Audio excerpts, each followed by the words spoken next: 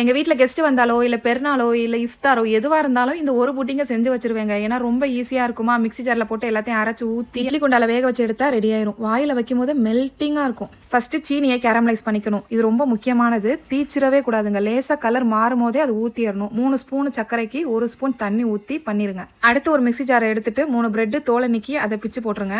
அடுத்து 2 முட்டை ஃப்ரெஷ்ஷாக இருக்கணும், இல்லைன்னா கடையில் போய் ஃப்ரெஷ்ஷாக வாங்கிட்டு வந்து செய்யுங்க. அது கூடவே 1 டேபிள் ஸ்பூன் கஸ்டர்ட் பவுடர். நான் கண்டென்ஸ்டு மில்க் ஆட் பண்ணுறேன்.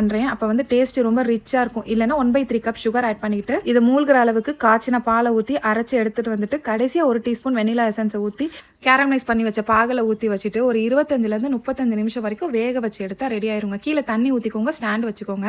அப்புறம் முக்கியமான குறிப்பு, இது வந்து கிளாஸ், அந்த மூடி வந்து சில்கானு. நிறைய வீடியோவில் வந்து பிளாஸ்டிக்னு சொல்லிட்டு நிறைய கமெண்ட்ஸ், அதுக்கு நிறைய பேர் வந்து சப்போர்ட். ஸோ வந்து நான் சொல்லிடுறேன், இது கிளாஸ் ஐட்டம்ஸ். வீடியோ சேவ் பண்ணிட்டு சேனலை ஃபாலோ பண்ணிட்டு ட்ரை பண்ணி பாருங்க. பாய்.